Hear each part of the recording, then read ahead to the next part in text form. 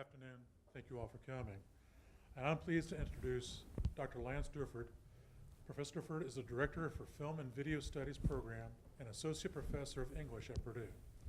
He's the author of The Work of Poverty, Samuel Beckett's Vagabonds in a Theater of Crisis, which is about the unconventional settings under which Beckett's work has been staged during wars in Sarajevo, in prisons at San Quentin, and after floods in the lower Ninth Ward of New Orleans. As part of his research, Professor Durford staged Waiting for Godot in the Zuccotti Park during the Occupy Wall Street protests. Professor Durford has been featured guest on NPR, BBC Radio, the Chicago Tribune, and New York Times. He is currently working on a book about how to learn from inept movies called A Semester of Bad Film. Today he will present a talk titled Icons and Emoticons, Screen Wars. Please silence your electronic devices, but don't put them away.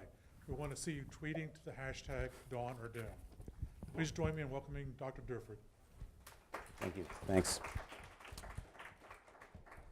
Okay. Dawn or Doom, the risks and rewards of emerging technology. These words title today's conference, and they make technology seem so far away from us. Dawn or Doom are events that happen at the horizon. To talk about technology's benefits and miseries, its advantages and costs, seems to require us to become prognosticators or soothsayers. Yet in addition to outlining a future about which we need to speculate, technology is also in our midst.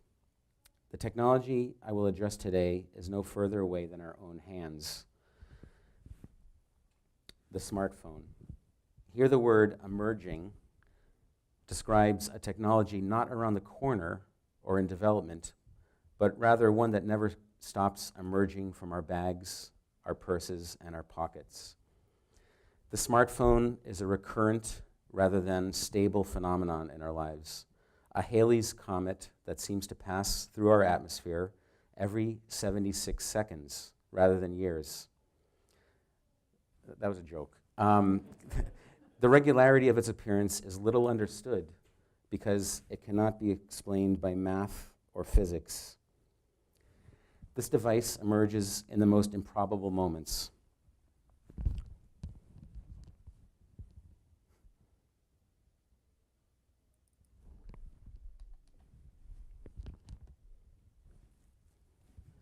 Sorry, I got a little, let's see, slideshow. Okay. Which one do I click? Start from beginning. Here we go. Okay. Improbable moments, I was saying. Like in the middle of a police raid, when the White House went under lockdown and full security when someone drove a car towards it and jeopardized what the police thought were the limits of acceptable driving. This photo here is both equally funny and horrifying, and for the same reason. The businessman sees the cop, or doesn't, and continues to text. It forces us to raise a question. What would it take to actually stop the status quo, business as usual, or in this case, businessman as usual? What danger, other than the destruction of cell phone towers, must transpire in the world in order to, is it too loud? Oh, sorry, that's really went off. Gosh.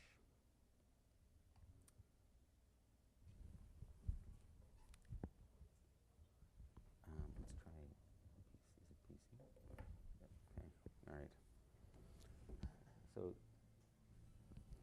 sorry. I think because I'm giving an old fartist approach to technology, it's hating me. That's what's happening. Let's turn this down. Okay. All right. Let's go back to here. This is the businessman I was talking about. He is not aware of the fact that something is happening in his midst. And I was asking, what would it take for us to lift our heads? I don't know what that would be. It's a serious question. I don't think there is anything, not even a gun or a crisis. how deep a crisis do we have to have in order to stop looking into our phones?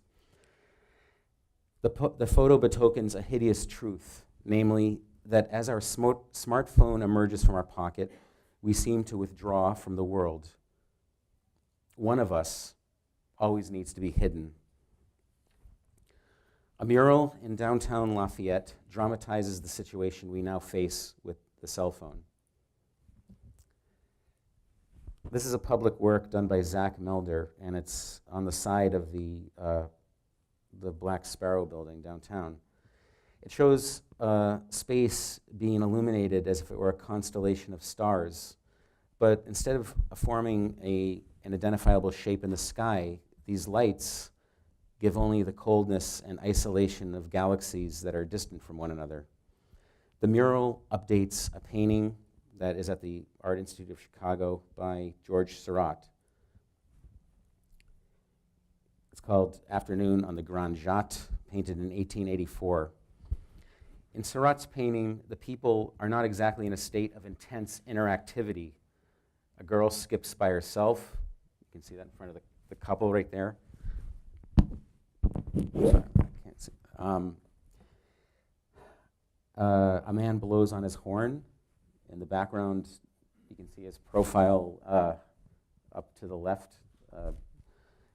And people seem to walk next to each other as if in a parade or on a skating team. They're not really having togetherness, right? They're not interacting. It's not a festival, right? What has changed in the movement of the painting from canvas to wall and from empty-handed inactivity to status updating on one's phone?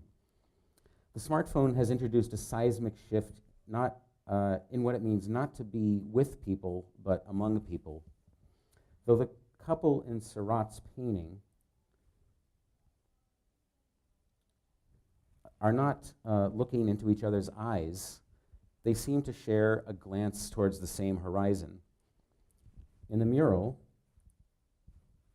the couple is looking into the same Verizon. They seem to be either asleep or blind.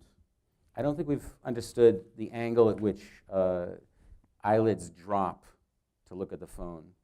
It's a kind of sleepwalking that we parody by thinking that there are undead in TV shows, but actually people are walking like this all the time, bumping into things.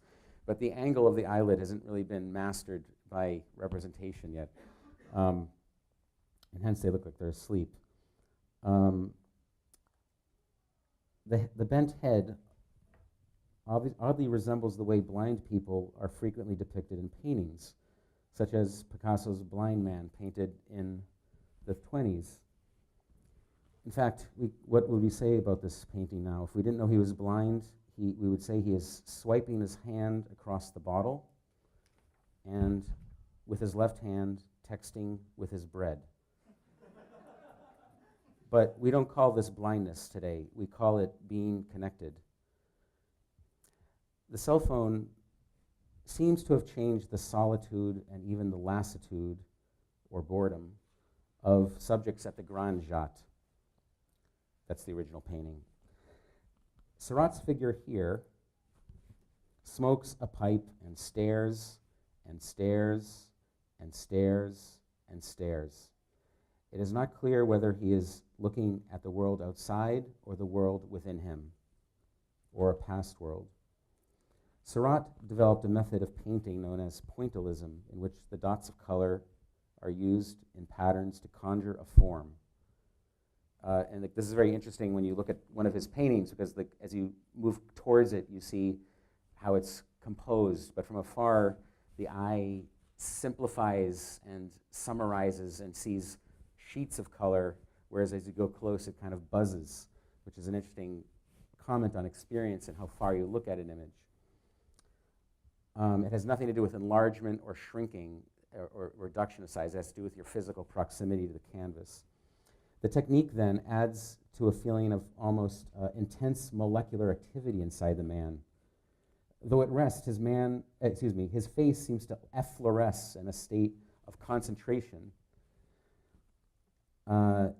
He looks upon the landscape in a way that opens it to our own consideration. And this is true about the painting in general. people are kind of separated. They're among each other, I said, rather than with each other. And yet, the way they look around invites us to explore that space. In fact, the man's expression here bears the same expression as the grass itself, which is like kind of buzzing activity, small activity.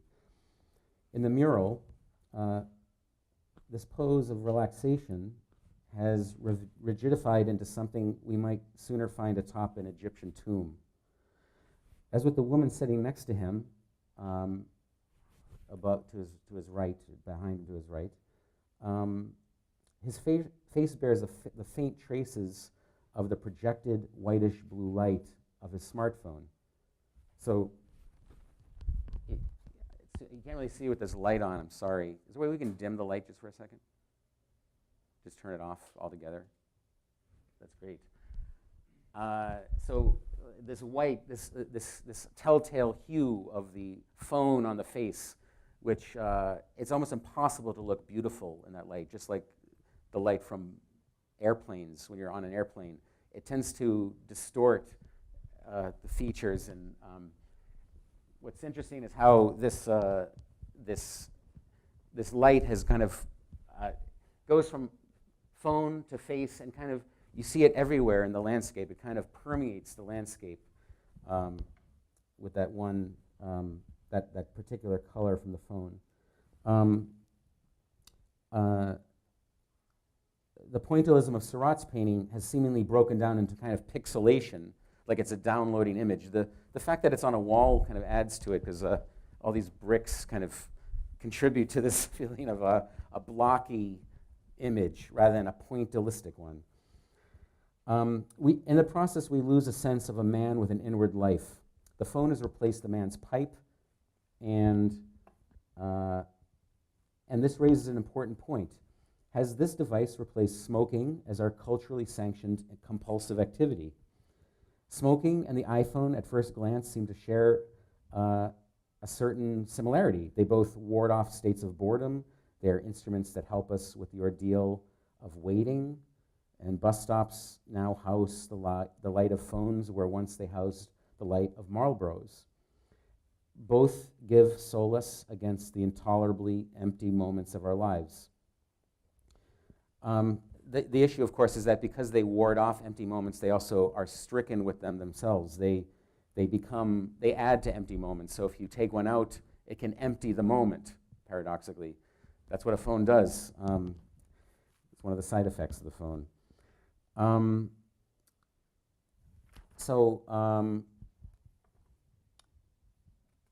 Though it is difficult to quit smoking. Anyone who's had a habit like smoking knows how difficult it is to break it. But it's impossible to speak of quitting the phone, in part because we don't really need it. This is one of the insights of the painting, that we now reach for our iPhone inevitably as people once picked up their packs of cigarettes. In both cases, a few taps on the box, and suddenly the item seems to come to life, available to us. Yet unlike smoking, the phone besieges us not through our real dependence on it, but through its persistence in reminding us of its presence. The other interesting thing is, of course, that cigarettes used to introduce you to strangers. A phone only reestablishes contact with the people you know. Search engines reflect what you've already looked for. There's nothing really new in a phone. It's about the familiar. So about these kind of reminders that a phone gives to its to our that it exists. It says it functions like a night watchman. The phone does, alerting us not to danger but to familiarity. It shouts out these alerts around the clock, demanding that we go back to it, that we have the technology reemerge once again. In the day when there were only landlines, picking up the phone used to mean answering it. But with mobile technology, we now answer to it and pick it up all the time. The testimony to the true power of this device over our attention is in the fact that we have no metaphor for the smartphone. We don't know what it's like because we've never dared to distance it from ourselves or put it any further from us than our own hands. It seems at time, if I can entertain the idea of thinking about the smartphone, to be no more than a fantastically programmed elaboration of a repeated gesture, like a teenager brushing her hair at a Justin Bieber concert. That's how the repeated compulsive activity of going to the phone, that's what it reminds me of. At times, it also strikes me as a bizarre extension of our own hands. Imagine for a moment that our fingernails grew at a rate 100 times faster than they currently do. The manicuring process that we would undertake would be called the iPhone. In other ways, it resembles a bizarre animal that we must constantly feed, and whose shivers we feel when it's on vibrate, and whose yelps constantly call out for our attention. We put colorful protective covers over our smartphones the way socialites in Beverly Hills put fancy sweaters over their chihuahuas. But the iPhone is not nearer to us than the chihuahua, and is nearer to our narcissism than the sweater over it. A few years ago, Samsung gave the name Life Companion as a brand name for its new Galaxy phone. This branding misses the mark entirely. We relate to the phone not as we would a companion or even as we would life, but as we relate to ourselves. It is the I, and Apple, in calling itself the iPhone, its product, the iPhone, went for the throat. It went for our ego. It speaks to us the way mirrors do in myth, telling us that we are the fairest, but look out, someone else is on Instagram. All we have to do is think quietly about the strange despondency into which we slip in the moment that, as we say, our phone dies. This suggests that I was something, I was doing something when my phone died, and now I am gone from the discussion. Other objects, car engines, for example, supposedly die when they no longer work. This is a mechanical failure, but the death of the phone leaves us disconnected, somewhat bereft. It reminds me of that term given to computer terminals that have no internet access. They're called dumb terminals, and that's what we become, a dumb terminal when our phone dies. Cinema has really been very bad in describing how technology affects us. It tends to picture it as a future in which robots replace humans, likenesses take on their own life and become human. The programmed becomes human and displaces us, more human than the human, as they say in Blade Runner. They completely get it wrong. I mean, the phone is in our hands already. The technology is on us. In fact, the only film that really conveys the smartphone as a burden and as an existence in life is Logan's Run. It was a film about where when you grow older, this thing called a palm flower, not very different from a Palm Pilot, it changed color, and when you turned 30, you were executed. The society mapped who you were according to this thing in your hand, and it wasn't like contemporary global positioning, where the idea that you are being graphed by this thing in your palm. Ironically, this science fiction film, which has nothing to do with phones, might be the only real portrayal of the smartphone. Let's see what I'm doing time. Okay.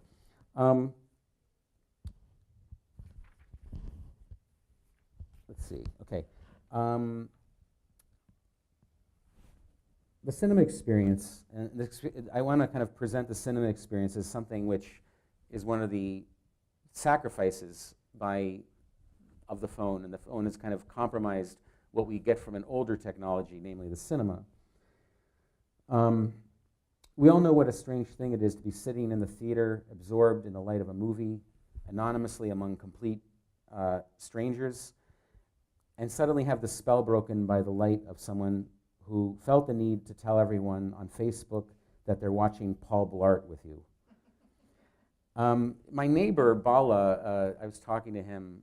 We were just talking in the yard, and he goes, "I can't stand it that people think that their texts are more important than this thing everyone is watching." And that's a kind of interesting way of putting this, that the eye of the phone is not the eye you undergo or display when you're in a movie. When you're in a movie, a deeper part of you is reached. The eye reached by the phone is a social one, very somewhat superficial. It's the Facebook self, but it's not where the money is within you. It's a very different self that cinema accesses, or it used to anyways, before its light was broken by the iPhone. The smartphone, in a way, deceives us because the screen of the iPhone seems so much more interactive than the silver screen that is the screen of the movie theater.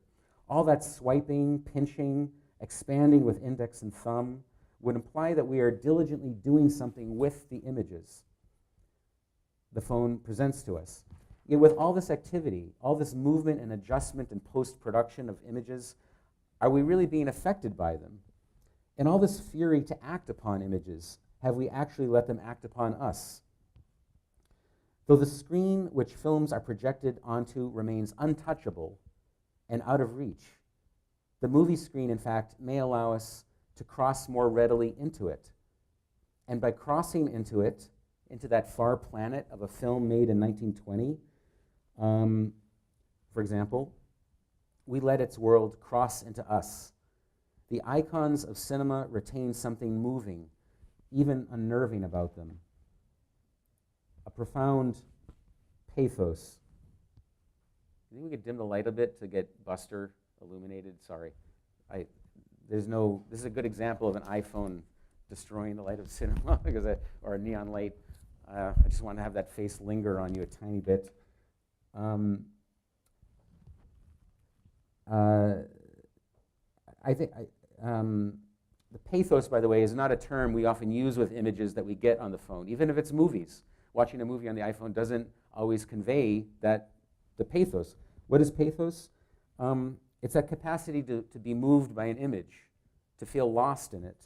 The movies allowed us to understand both the discontentedness of being stuck in the cow stall here, and the discontentedness of being unable to express that discontentedness. He can't even muster his unhappiness. That's what I see when I see Buster's face. How closely can a face come to merging a state of outrage and a state of resignation? Rita Hayworth, this is another icon I'm just going to throw at you here in Gilda. Rita Hayworth, the actress, once remarked that her lovers would go to sleep with Gilda, the character she played in Gilda, and would wake up next to Rita Hayworth. That's a really profound statement. You think about going to sleep with a character and waking up with an actress. What is it? Anything looked on the phone, could that deliver that illusion to us that strongly? It's interesting. What is it about real sleep and real darkness, unbroken by the light of the screen, that paradoxically made these men, her lovers, wake up? Rita Hayworth's name was put on the fourth atomic bomb. Her image was plastered to the fourth atomic bomb that ever went off. And that's a kind of interesting quality of where, like, a screen figure that spills off the screen and starts decorating incredibly destructive devices. You can think about the incredible transfer of reality from the screen to the world, not from the world to the screen. It's really interesting. The cinema is a technology that lets us dream. The iPhone is one that just keeps us awake. I'm going to show you a few clips from a scene. I hope I can let's see. Okay.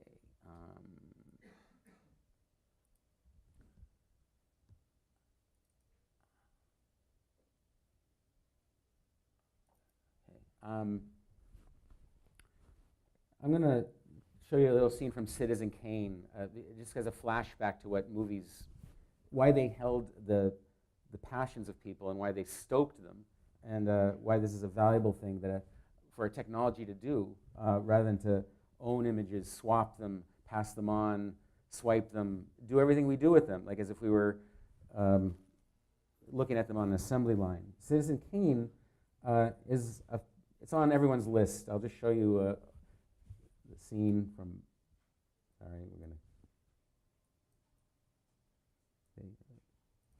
why do we get no volume here? Let me try this.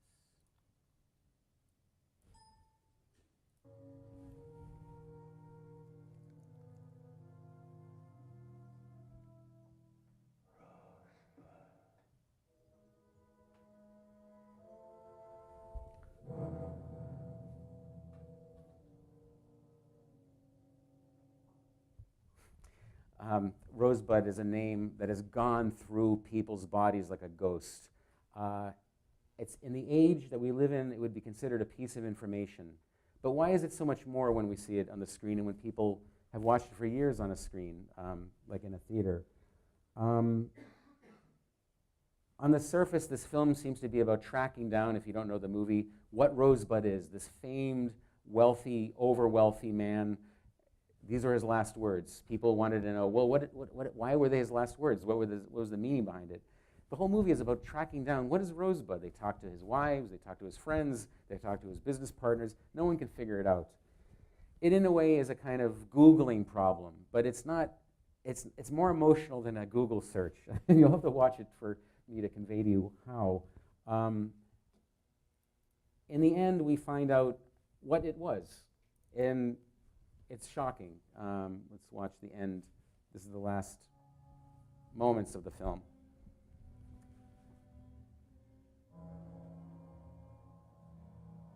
Throw that junk.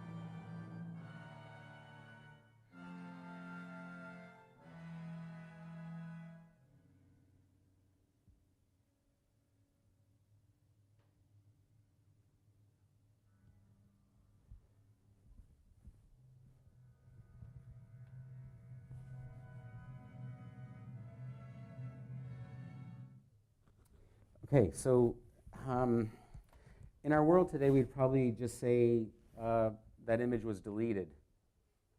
That Rosebud is a piece of information that we could erase quite easily.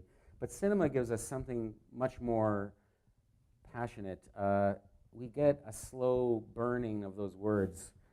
Did you notice that the outer layer of plastic seems to, the burning almost seems to go through customs as it burns out the first layer of plastic before the actual words can be submitted to the flames. And it's slowly withdrawn from you. And I hope it, whenever I watch it, it draws my breath out of me. I had a student once, I said, where did this leave you, this wisdom? That it was a sled, nothing but a sled. You saw it among his heaps of sculptures, possessions, all of his, what we call hoarder impulses displayed in that big room. He said to me, it felt like being given a banknote from a bank in an economy where I could not spend the money. And I love this because he was almost like this word Rosebud is his inheritance. It's bequeathed to him by the movie. But he had nothing, he had nowhere, he couldn't tell the characters, he couldn't do something with it. It was his to bear.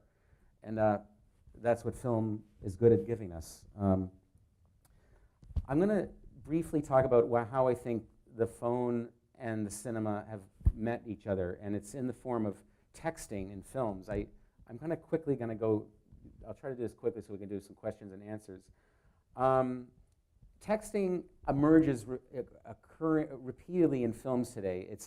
it's almost like a new plot device. And what's interesting is the way in which film has not settled on how to merge the smartphone with its own technology.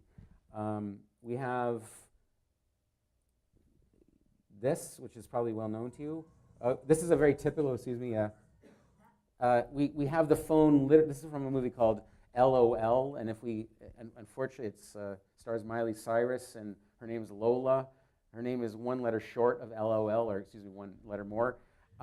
This is very typical. We have a character texting, and the screen is shown, which is a somewhat laborious process. And although, and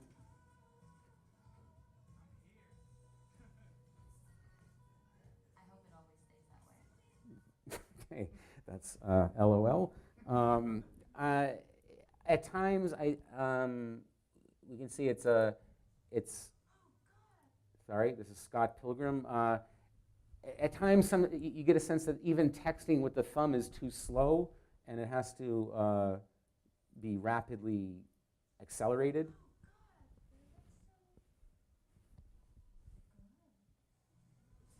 Ramona Flowers stole my scar, but I know how to get him back.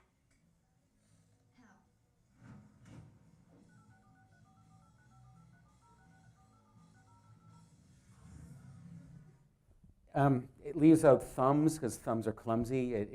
Imagine how it would have slowed down the drive towards the nightclub if we had thumbs to watch. That's a bit of a, so even though the cell phone is shown, it's a bit fantastic in the sense that it's rapid and not done by actual hands. Sometimes what's interesting is National Goji Berry Day. sometimes directors will plaster the text to the screen itself as if the movie screen were an extension of the Gorilla Glass that is on a cell phone, and prettify its. This is the drive. Oh, very good. You're good, right?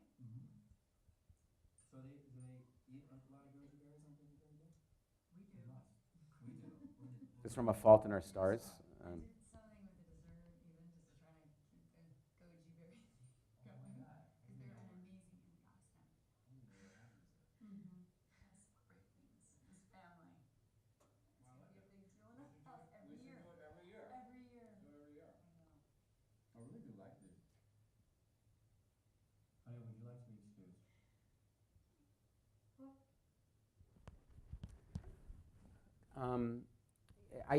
Sometimes it's troubling that a film has to have such intentionally banal dialogue in order not to have the phone upstage it and to have someone separate from it or withdraw from it, as I said. I'm going to show you two more scenes. This is a film called Non-Stop with Liam Neeson. And he plays an Air Force, a marshal on the plane, guarding the plane undercover, of course, and he's getting messages on the military access wire, like that only his cell phone gets, and only members of the military marshals are on. So he's mysteriously getting these messages from someone on the plane. And earlier he went to go smoke in the men's room.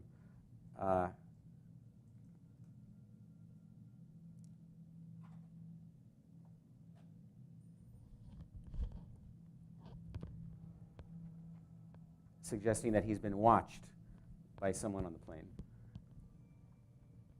But the question is, who is the person texting him on the plane? It's a interesting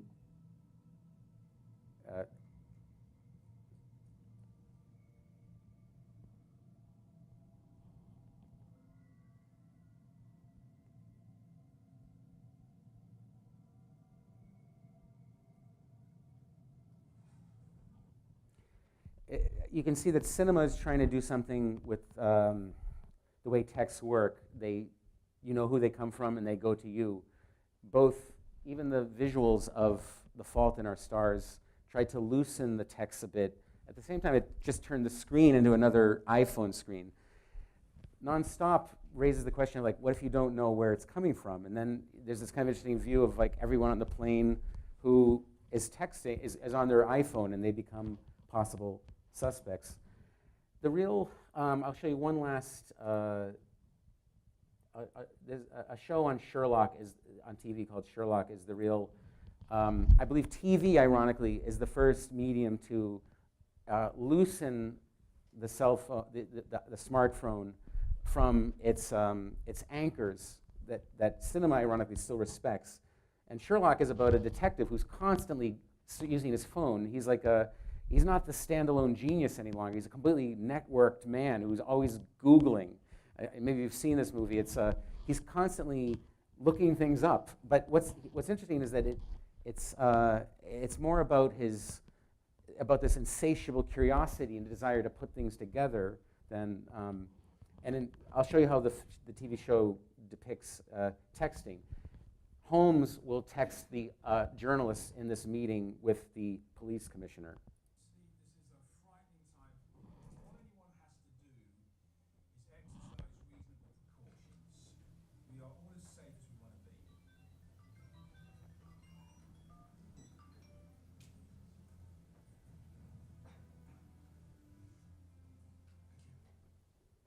All right, I'm going to show one more clip.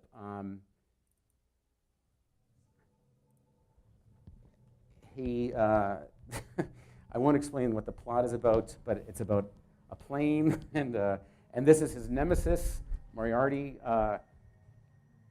who he's just been given a piece of information by her.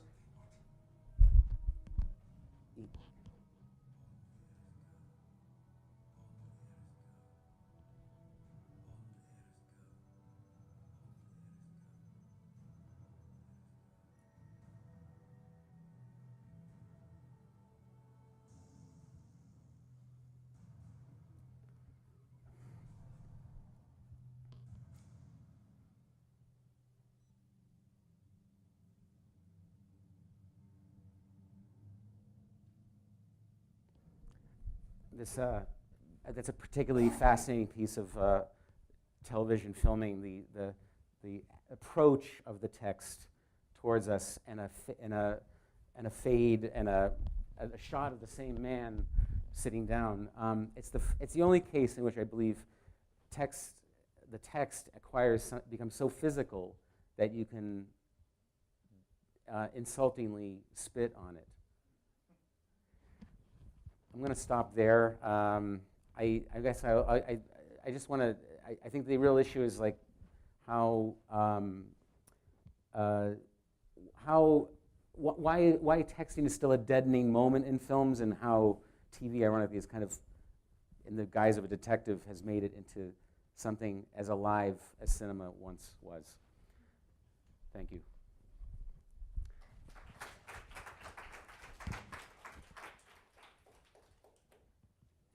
So do you want, maybe we can, do you want to, or is that the mic we're going to use? Okay, sure.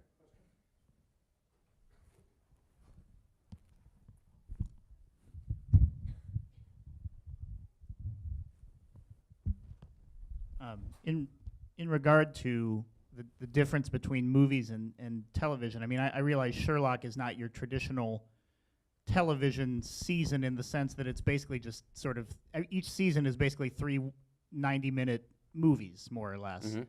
But you still, I guess what's interesting there is that, in something like Nonstop, you have a, hour, 45-minute movie where you're conveying information, right? I mean, it's your finite story. And with Sherlock, I mean, you have, obviously it's a quick mystery and it's self-contained in the same way, but it's maybe more of a character affectation there than it is in a movie. I mean, in Nonstop, I mean, you're looking at the texts, to discern, and viewing the people and trying to discern who it is. And in Sherlock, you have Moriarty, I mean, it's all a game to him, and thus the text is a game, and he treats the information as such too. So do you think TV is more playful? Well, it just that it has the room to be more playful, I think, in terms of time, of running time, often.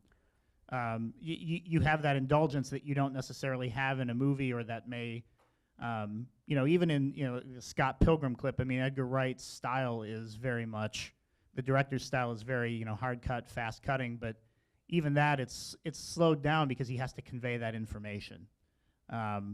So I don't know if it maybe that's just a thought that occurred to me, that the luxury of time in a TV series may grant it a more of a playful interplay with how texting is portrayed. Yeah, I'm not certain what question you posed, but I think yeah, I understand. I think I think all cinema has it's a different mode of taking it in. I don't know if it's ever information. I could try to show that Rosebud is not.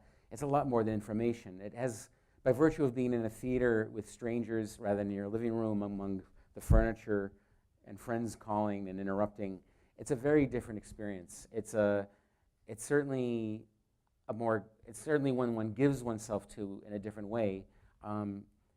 Sherlock's still about what's next, right? What's next? Cinema is about what is happening. The TV series is always kind of haunted by the what's next thing, because there's always another season or another show. So I don't know. I think right now television, cinema are kind of like a little closer than they used to be.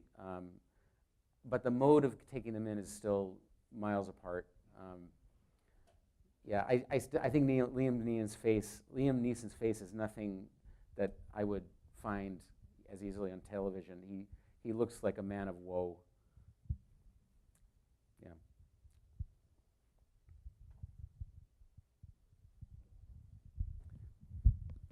Is there in television production, as opposed to film, perhaps a luxury of resources where TV is, my impression anyway, a lower budget as far as cost per minute than film is, and perhaps that allows more playfulness or more experimentation, which would explain why perhaps TV has eclipsed cinema in the use of the text medium. Would that perhaps have merit, or are you saying that it's the fundamental character of the media that film is the way that it is, rather than experimentation? Because you can have 10,000 television episodes produced in the span of time that you might only get a few dozen movies produced. Budget never explains the quality of an image entirely. It can never explain an image, because there have been huge budgets that have produced very impoverished images, any blockbuster, for example, and small budgets that have produced very rewarding images. I have the feeling, ironically, this experimentation with texting has something to do with Sherlock himself. His whole method of being portrayed is he repeats things to himself. He almost like says words obsessively to see if they ring a bell in his head. His manner of remembering things is so almost old-fashioned. I believe, ironically, in trying to update Sherlock, they've made Google not a source of his knowledge or of his conclusion, like he never ends on a website, but it's part of his doubt. When he approaches this painting in one episode that he thinks is fake, all these texts kind of merge in, like these web addresses of Vermeer's painting, aging process of oils, of painting oils. These things just kind of merge in like a woven fabric across the image. It's just extremely innovative, and it has something to do with showing what he has to go through on his way to the painting. I don't know. I tend to credit imagination over budget. I think it's just they have some ingredients. I think Cumberbatch is an interesting kind of vaguely Ketonian face. He's a bit inert-faced sometimes, and that's because his wondering. We're asked to wonder about his thinking. I guess what I mean is, could it be that television is low cost and Right. therefore low risk, so you can try things, as opposed to films that may have $30 billion invested, Right. and you can't really do a whole lot of chance taking. The technology for graphics is more or less linear, and we have an idea as far as storyline. You hire a good writer and you get a good script, and there's not. I'm not a film Right, aficionados. exactly. So Yeah. perhaps I'm completely mistaken. I think box office rules in both worlds. I think it's hard to say there's less risk with a TV series. In fact, they disappear more quickly. They have ratings weeks instead of receipts, right? So it's hard to say. I just think like we don't want to look too far away from the image to understand what we're looking at. That's usually to me, the bottom line is not the budget, but what does it do to you? And a lot of things do things to you if you let them and if you know how to let them. Some people do it with TV, other people do it with cinema, some people do it with photographs, but yes.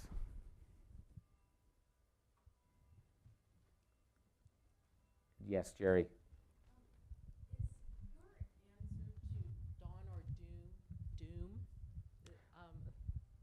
Is my answer to dawn or doom doom? It's a good question.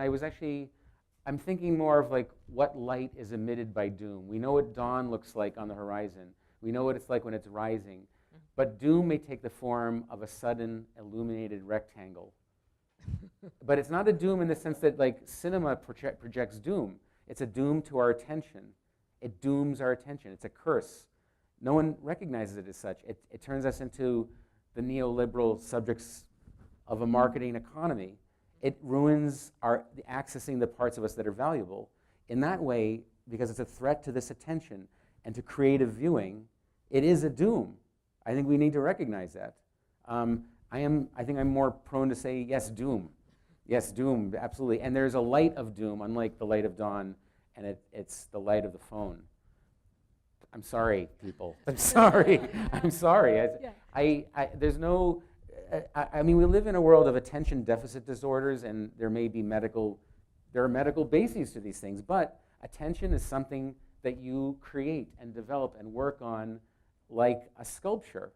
It's no different from a sculpture. It's a creative act to be able to give someone's attention, to give something your attention, to animate something that's dead, is the magic of your attention. Otherwise, if you don't give it that attention, it's going to be boring, inert, unentertaining, etc. So, yeah. So why are people so hypnotized by their phones? I've been wondering this, and that's why I said I call it the truly emergent technology. It's the one that keeps emerging from pockets and purses every hour, every day. It's the Halley's Comet that enters our atmosphere every 76 seconds. It's a crisis in. I mean, I think it has to do with like turning people into consumers. Unfortunately, it's about capitalism. It's about not knowing what to do with one's boredom or thinking that boredom. I got this thing in the mail I was going to bring. It said, "Lance, avoid boredom. Bring your entertainment everywhere." And I was thinking, like, the more you want to use your phone to avoid boredom, the more it paradoxically spreads boredom, right? What happens when you try to avoid boredom? It's not countenance it. I would regret those moments of not being able to countenance, not being allowed to countenance the moment when one desires nothing, the somewhat painful condition of being uninvolved with the world or oneself. But those are actually important parts of human experience. And in fact, they're part of every film. Every Kubrick film, Kubrick people, you gotta watch Kubrick. Kubrick has like boredom as part of his principle. Long, boring processes. 2001, a person walking with styrofoam on their shoes, a woman delivering, like having a lunch tray, walking with styrofoam, Velcro on her shoes. Just listening to her walk down that aisle is so boring. But boring is something that science has no response to. Boredom is a state of desire in not knowing what it wants. I think that's how I think of it. So, it's a good question. I don't have an answer about the hypnotism. All I know is that the hypnotism from the phone is a compulsion that is different from the hypnotism from the screen, which in typical hypnotism from like the era of Freud helped you remember things, helped you access something, not successfully always, but it puts you into a kind of trance state where you can kind of entertain parts of yourself you hadn't thought about. The hypnotism from the phone is more of like, it's, I don't know. The guy who painted the mural said the woman has a monkey on a leash in the original Seurat painting, and he said he replaced the leash with a phone. He said he gave the monkey a phone instead of having it be on a leash. I don't know what it leashes us to, though. That's something we all have to figure out. Yeah. Just touching on a couple things you said there, Yeah. the attention deficit disorder and the idea of boredom or mundanity in a scene, and how, you know, whether it can play into our suspense or whether we can relate to it somehow dramatically. Something that I've noticed, like the movie Paranormal Activity, critically acclaimed and popular horror movie. But when I saw it, it drove me nuts because part of the suspense, ideally, would be you see the camera images overnight. You don't know when something is going to shatter, you know, the traditional pattern of sleep, right? Or just getting up in the middle of the night to go to the bathroom. But in the movie, anytime something was going to happen, the image slowed down, and there was this loud rumble on the soundtrack. And I noticed people in the audience putting their phones away and paying attention only then. And it had conditioned them. And it killed the suspense of not knowing when something was going to happen, because it was always accompanied by this rumble. Right. And I guess my question is, you know, I'm far from making the claim that modern movies are rubbish or that popular entertainment is bad, but do you feel like it's moving more, I mean, in what you've seen, I mean, do you feel like it's moving a little bit more toward that, pay attention now, this is when we really want you to pay attention? Is it catering to that, that kind of ADD that the phones have engendered in so many of us?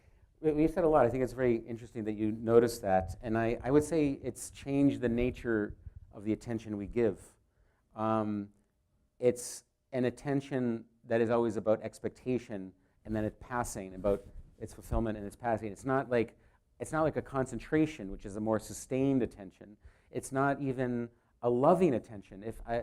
The only comparison I can think of is like if looking at a film should be like looking at one's lover's face, that one constantly sees traces not of whether it's beautiful or not beautiful or attractive or unattractive, like those public way they dispose of faces every day. And of course, actors and actresses are chosen for these reasons. But when you sit in the film, you get to know it more for its mood and emotionality. The cell phone, or like even like Paranormal Activity, is more like your own face. It's like a mirror where it just shows you what you want, and then you let it go. But I'd be really interested to see a movie called Normal Activity, right? Where things are so dull that you start wondering, something going on here? Or like it'd be like a cops show where there are no arrests and no devastated apartments into which they intrude to arrest people. I would just like to see them driving, nothing happening. Just like the boring application of patrol. Yeah, patrolling. That could be much more, I mean, listen, that's not going to fly in our world. Yeah. All right, one last question, a quick question, or we Is there any way back from the ADD-driven world? It's a good question. I teach film, and like I'm always dealing with people who are on the cusp of going into that, like a full embrace of what culture wants them to be and become, and that even what education wants them to become, which is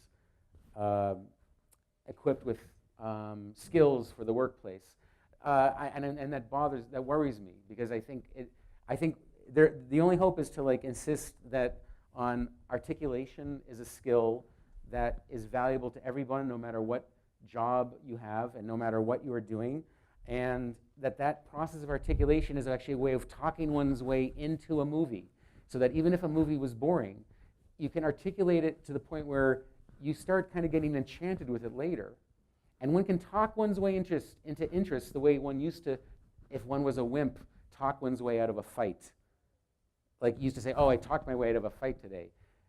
I'm interested in talking one's way into a connection to something that's real. And that's I would say that if there is a hope, it has to do with like developing those skills of enthused filmgoers rather than merely equipping them to become workers in the future. That's at least the articulate filmgoer is at least my responsibility. I can only hope that it helps people in general. So, yeah, it's a good question. Thanks.